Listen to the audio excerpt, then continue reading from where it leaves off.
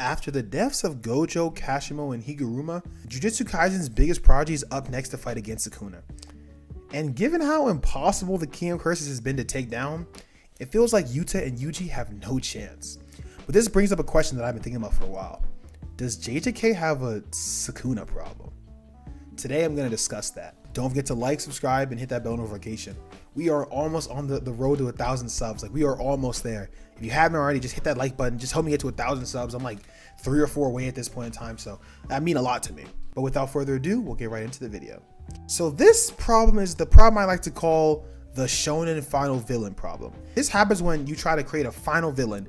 And the thing with the final villain is you're always going to have to try to make hype, right? So think about Thanos or Madara, Yhwachand, and like you want to create this crazy villain. And so obviously you have to build a hype for him. But in an attempt to make sure he lives up to the hype, you make this crazy strong villain. And you make a mistake. You actually make them a little too powerful. And because of that, you end up with the villain losing in a BS and unsatisfying way to the heroes. Now, I'm not gonna lie, this is not the first time I've seen this. This is something we've seen a lot, if you're an anime fan, actually. Naruto fans, y'all gotta stand up. Madara suffered through the shonen villain problem, I gotta be honest. Yhwachand, shonen villain problem. Like, it happens a lot, I'm not gonna lie. And it kind of leads to people feeling a little sour about the end. But talking about JJK specifically, I mean, just look at the current landscape of the series. Just looking at the landscape of the series right now. A lot of the big powerhouses in the series have been taken out already. You know, with the whole Gojo and Sukuna fight, which was honestly amazing, probably one of the best fights in shonen history. With that fight, Gege made sure to slice those two guys, which was a great thing overall. We even got scenes where Gojo and Sukuna overall were just straight up compared to Yuta and Hikari, who were two of the stronger members on the good side. And that was a great, you know, there was no issue. But now with Gojo dead and Sukuna just as strong, if not stronger than he was back then, it doesn't make sense for him to lose. Sukuna's at this point now where it's like he has the power of the space slash. He hasn't even used that yet, right? He has, you know, the 4 arms, which Kashimo said is the peak of sorcery in the JJK world. He has that. We know he has more, you know, curse energy than Yuta. So it's like he has no problem. His domain expansion is boundless. It's like, bro, this guy has no weakness. He can use domain amplification in his domain expansion. Like, people don't fight like this. And obviously it was great for the fight. But now that we lost Gojo, who's the only person who could compete with him, and these other guys, they just can't compete. I think this does raise some questions with JJK, and just in terms of the ending. I don't know how close we are to it, obviously, because there's really no way to know at this point, but I think this does raise a lot of questions. Let's be honest, will JJK even have the good guys win? Like, I know that it's a shonen, so we're always going to assume that Yuji and Yuta and I can't say maybe he's kind of, you know, MIA, but the good guys will win. But there's no guarantee that it happens. Like, JJK has broken a lot of molds in shonen and things like that. So there's a chance that that happens. And obviously if that happens, then JJK does not have a Sukuna problem because the nigga won. Because bro won. And I guess that kind of goes hand in hand with my other question is like, doesn't it make sense for Sukuna to win anyway? And obviously I think this kind of ties into the first question because it's like with how it's set up, like Sukuna's this genius. He's pretty smart given, you know, in terms of sorcery.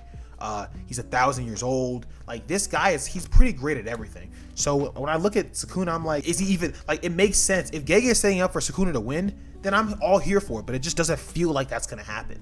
Just given how, like, you know, shonen and things are.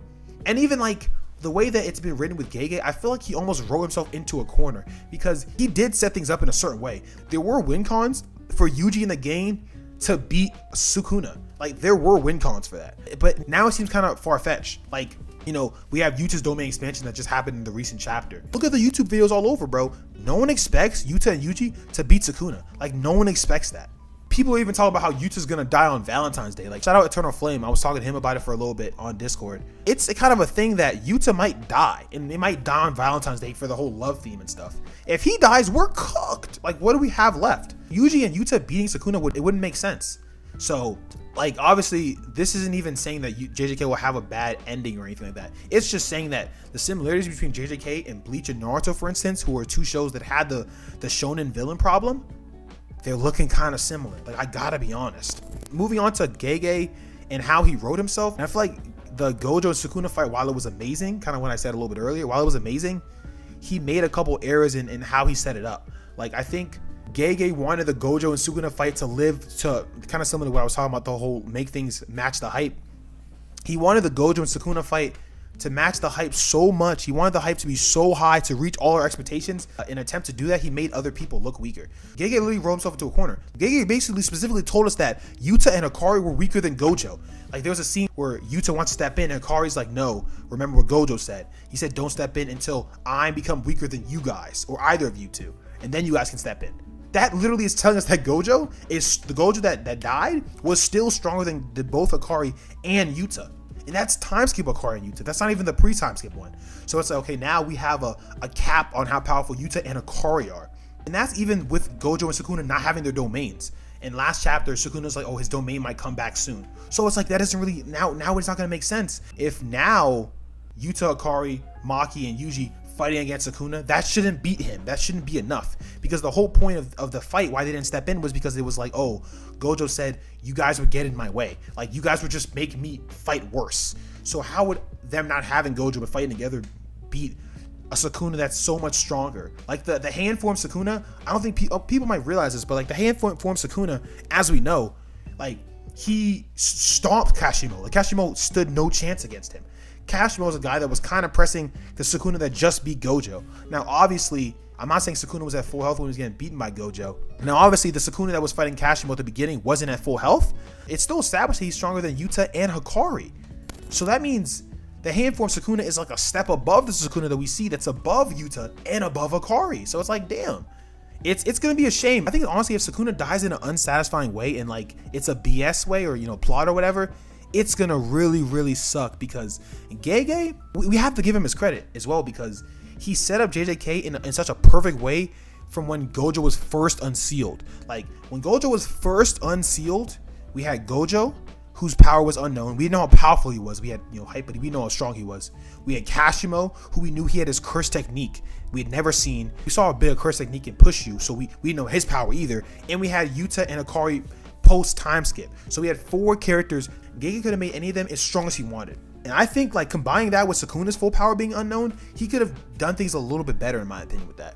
I talked to my friend Dave. He thinks that the way Gege should have ordered the fights a little bit differently, with Kashimo being the first one to fight Sukuna and then die. And basically, it would be almost a reverse of what we got, where Kashimo pushes Sukuna, Sukuna kills him, then Gojo pops up, Gojo makes him go hand form, then you know takes away his domain expansion and takes away his RCT, makes his RCT way weaker, and then he dies. And then we have like a Sukuna in the hand air form who's at maybe like 50, 40, even maybe 30% with no domain, no RCT, and then he gets jumped by like the Yuta, Hikari, Yuji, Maki kind of group right there. Like, you know, throw Higuruma in there too. You know, everyone kind of jumps him at the end. That would make sense. Like, there would be no issue with Sukuna being too powerful. Right now, Sukuna looking unbeatable. Like, Higuruma's dead, Kashimo's dead, Gojo's dead, Hikari fighting Irume, which is like, she cool, but she not hard for her. Like, tee up. He's still fighting her.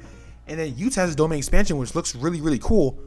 But am I supposed to believe that Yuji, Yuta, and maybe Maki can beat Sukuna with like his RCT coming back and his domain expansion? It just doesn't move me.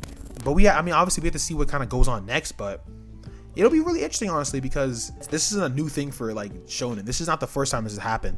Like, I know people always complain about the Naruto, about Madara dying and how he was kind of defeated in a BS way. I think Kishimoto even said like, oh, I made Madara too powerful. And I think that's the whole point. Like, it was too much. And obviously, like, you're the writer, you can make it anyway. But if you slice the character too much, you have to make the other people match up. Or even look at Yhwachand.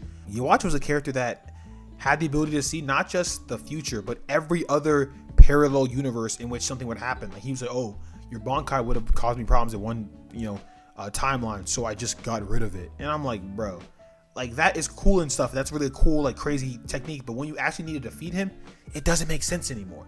And I think that is a potential problem that Gege is running into.